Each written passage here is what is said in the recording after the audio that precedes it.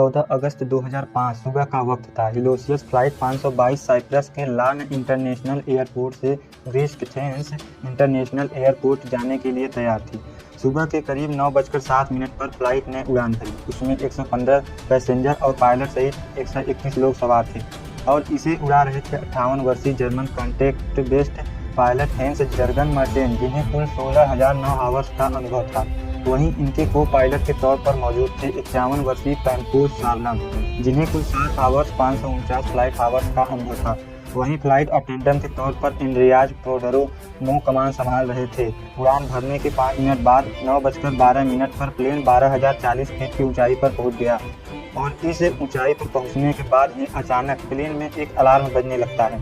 जब इस अलार्म की जांच की गई तो पता चला कि ये टेक ऑफ कॉन्फ़िगरेशन अलार्म था, जिसे देखने के बाद दोनों पायलट हैरान हो गए। और वो इसलिए टेक ऑफ कॉन्फ़िगरेशन अलार्म तब बजता है जब प्लेन ग्राउंड पर होता है और उड़ान भरने के लिए तैयार नहीं होता। ऐसे में 12,000 फीट की ऊंचाई पर इस अलार्म का मतलब दोनों पायलट को समझ नहीं आता।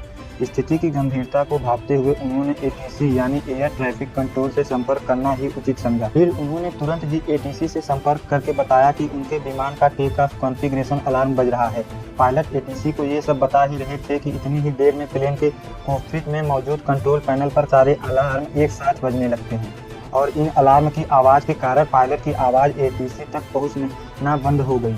साथ ही प्लेन का मास्टर पोर्शन अलार्म भी बजने लगता था, जिसका मतलब था प्लेन के कई सारे सिस्टम ओवरहीट हो चुके हैं।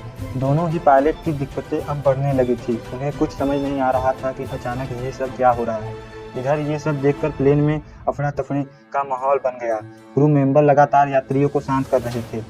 सभी पैसेंजर को सांस लेने में काफ़ी दिक्कत आ रही थी, इसलिए उनके ऑक्सीजन मास्क अपने आप आ गए। दरअसल जब प्लेन में ऑक्सीजन का लेवल कम होता है तब ऑक्सीजन मास्क अपने आप ही नीचे आ जाता है। इस दौरान प्लेन में लगभग 18,000 फीट की ऊंचाई पर था। पायलट बार बार एटीसी से संपर्क कर रहे कि उन्हें अपना समस्या बताने का प्रयास कर रहे थे, लेकिन उनकी बात एटीसी तक पहुंच ही नहीं पा रही थी और कुछ ही देर में उनका एटीसी से कनेक्शन पूरी तरह टूट गया। इसके बाद भी एटीसी ने बार बार फ्लाइट के संपर्क करने की कोशिश की, लेकिन उन्हें कोई उत्तर नहीं मिला। प्लेन लगातार ऊपर की ओर बढ़ता जा रहा था। आमतौर पर जब इस रूट पर प्लेन को 1 घंटा 45 मिनट का समय लगता है, यानी 10:45 पर प्लेन को एथेंस एयरपोर्ट पर पहुंचना था। 9:30 पर प्लेन 34,000 की फीट पर पहुंच गया। इसके बाद 9:37 पर यह विमान एथेंस इंफॉर्मेशन रीजन में पहुंच गया। 10:12 से 10:50 तक एथेंस एटीसी यानी एथेंस एयर ट्रैफिक कंट्रोल की टीम रेडियो कार्स के जरिए इस प्लेन से संपर्क साधने की कोशिश करते रहे, लेकिन उन्हें कोई जवाब नहीं मिला। 10:45 हो चुके थे। इस समय प्लेन को एथेंस इंटरनेशनल एयरपोर्ट पर लैंड करना था, लेकिन प्लेन का अभी तक कुछ अता पता नहीं। कुछ अनहोनी की आशंका के चलते ग्रीस अधिकारियों ने तुरंत अपने 2 सबसे बढ़िया F-16 को इस विमान को ढूंढने के लिए भेजा। कुछ ही देर में इन फाइटर जेट ने यूलियस फ्लाइट 522 को ढूंढ लिया। इनमें से एक फाइटर जेट उड़ते उड़ते इस विमान के बहुत करीब आ गया था, ये देखने के लिए कि अंदर आखिर चल क्या रहा है। तो इस फाइटर जेट पायलट ने देखा कि प्लेन के अंदर को पायलट की सीट पर कोई बैठा हुआ है। वहीं मेन पायलट अपने सीट पर सिर नीचे करके बेसुध हालत में पड़ा हुआ है। फिर ये फाइटर जेट पीछे गया और पीछे वाली खिड़की से अंदर का जायजा लिया, लेकिन फाइटर जेट के पायलट के लिए हैरानी की बात यह थी कि अपने बराबर में 2 फाइटर जेट होने के बावजूद भी किसी भी पैसेंजर ने मुड़कर उनकी तरफ नहीं देखा। किसी भी पैसेंजर की तरफ से उन्हें कोई भी संकेत नहीं मिला। तभी 11:49 पर फाइटर जेट के पायलट ने देखा कि प्लेन के कैबिन से होकर कॉकपिट की तरफ जा रहा। उसी सेकेंड में ये शख्स पायलट की सीट पर बैठा हुआ दिखाई दिया। कॉकपिट में बैठे इस शख्स को देखकर पायलट ने इशारा कर स्थिति के बारे में जानना चाहा। ये शख्स भी उन फाइटर जेट के पायलट को कुछ बताना चाह रहा था, लेकिन वह कुछ बोल ही नहीं पाया। तभी लगभग 1 मिनट बाद 11:50 पर प्लेन के लेफ्ट इंजन ने काम करना बंद कर दिया और प्लेन लेफ्ट साइड पर झुककर तेजी से नीचे की ओर गिरने लगा। पायलट सीट पर बैठा हुआ शख्स प्लेन को कंट्रोल कर रहा था, लेकिन वह इसे कंट्रोल नहीं कर पा रहा था। ठीक 12 बजे प्लेन के राइट इंजन ने भी काम करना बंद कर दिया। प्लेन का कंट्रोल अब पूरी तरह से खो चुका था। 12:04 पर प्लेन एथेंस से 40 किलोमीटर दूर गैमितो की पहाड़ियों में क्रैश हो गया और इसके क्रैश होने के साथ ही इसमें सवार क्रू मेंबर सहित 121 लोगों की मौत हो गई। दोस्तों, एक बार महसूस कीजिए उस पल को जब 121 यात्रियों से भरा ये प्लेन पहाड़ से टकराया होगा। क्या गुजरी होगी उन फाइटर जेट के पायलट पर जिन्होंने लोगों को अपने आंखों के सामने जाते हुए देखा होगा और वो उनके लिए कुछ भी नहीं कर पाए होंगे। लेकिन इसके बाद ग्रीस में फ्लाइट 522 के क्रैश होने की खबर आग की तरफ फैल गई। तुरंत रेस्क्यू ऑपरेशन चलाया गया। 131 लोगों की डेड बॉडी को ढूंढ कर बाहर निकाला जाने लगा। जब हादसे में मिली कुछ लोगों की डेड बॉडी की ऑटोप्सी की गई तो एक चौंका देने वाली बात सामने आई। दरअसल जहाज में मौजूद लोग और पायलट प्लेन के क्रैश होने से पहले ही मर चुके थे। तो अब यहाँ सबसे बड़ा सवाल यह था कि जब पायलट प्लेन क्रैश होने से पहले ही मर चुके थे तो 2 घंटे तक प्लेन का कंट्रोल किसके पास था। तो दोस्तों, हमने वीडियो के शुरुआत में एक व्यक्ति का जिक्र किया था, फ्लाइट अटेंडेंट एंड्रियाज पोड्रोमो। जी हाँ, एंड्रियाज पोड्रोमो ही थे जिन्होंने अभी तक इस जहाज को संभाला रखा था, क्योंकि अंत में एटीसी को उनकी ही आवाज़ सुनाई देती है। एंड्रियाज ने करीब 5 बार मेडे मेडे कहकर मदद की गुहार लगाई थी। एंड्रियाज के पास यूके कमर्शियल पायलट का लाइसेंस तो था, पर उन्हें इतना एक्सपीरियंस नहीं था कि वो बोइंग 737 जैसे प्लेन को कंट्रोल कर सकें। बावजूद इसके वे विमान को घनी आबादी से दूर ले जाने में कामयाब रहे। जब एक्सपर्ट्स ने इस घटना के पीछे की वजह जानने के लिए जांच शुरू की तो उसमें सामने आया कि प्लेन के लेफ्ट साइड में कुछ रुक गया था।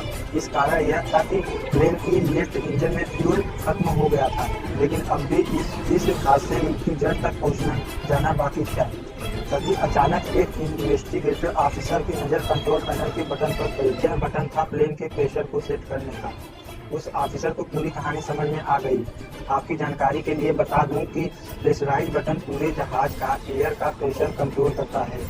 जनरली जहाज के बाहर लगे इंजन बाहर की हवा को थोड़ा थोड़ा करके अंदर भेजते रहते हैं ताकि विमान के अंदर बैठे लोगों को ऑक्सीजन मिल सके। आमतौर पर इस प्रेशराइज बटन को ऑटोमेटिक मोड पर रखा जाता है और कभी मैनुअल मोड पर किया भी जाए तो कैप्टन ने को पायलट को इसका ध्यान रखना पड़ता है। अब हादसे की जड़ तक पहुंचने के लिए हम आपको घटना के 1 दिन पहले ले चलते। जब बोइंग 737 का ये जहाज अपने रूटीन सर्विस पर गया हुआ था, वहाँ इसको अच्छे से चेक करके इसकी सर्विस की गई। वहीं इसकी जांच करने वाले लोगों ने इसे मैनुअल मोड पर करके इसे पायलट को सौंप दिया था।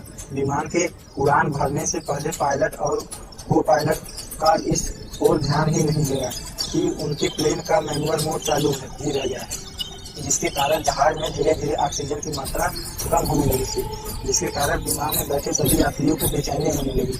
जब कॉकपिट में बैठे पायलट को यह अलार्म सुनाई दिया तो उन्होंने उसके पीछे का कारण जानना शुरू किया, लेकिन एक बार के लिए भी उनका ध्यान उस ओर नहीं गया कि प्लेन का प्रेशराइज बटन ऑन ही कर दिया है। इस वजह से कॉकपिट में भी ऑक्सीजन का लेवल घट गया था, जिसके कारण दोनों पायलट बेहोशी की हालत में जाने लगे थे।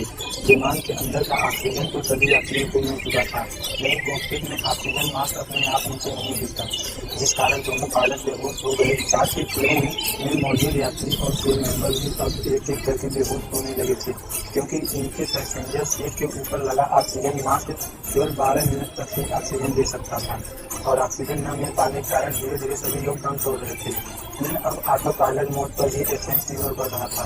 तो इस समय ऐसा आया कि प्लेन में मौजूद सभी सदस्यों ने दम तोड़ दिया, केवल एक आदमी को छोड़कर, और ये थे फ्लाइट अटेंडेंट एंड्रियाज पोड्रोमो। अब आप भी यही सोच रहे होंगे कि एंड्रियाज इतने लंबे समय तक कैसे जीते हैं।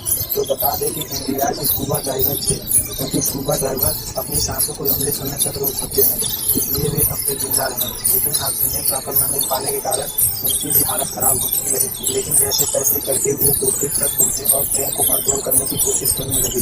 लेकिन वो ट्रेन तक पहुंचते भी ट्रेन यात्रियों की जगह लाके के घटना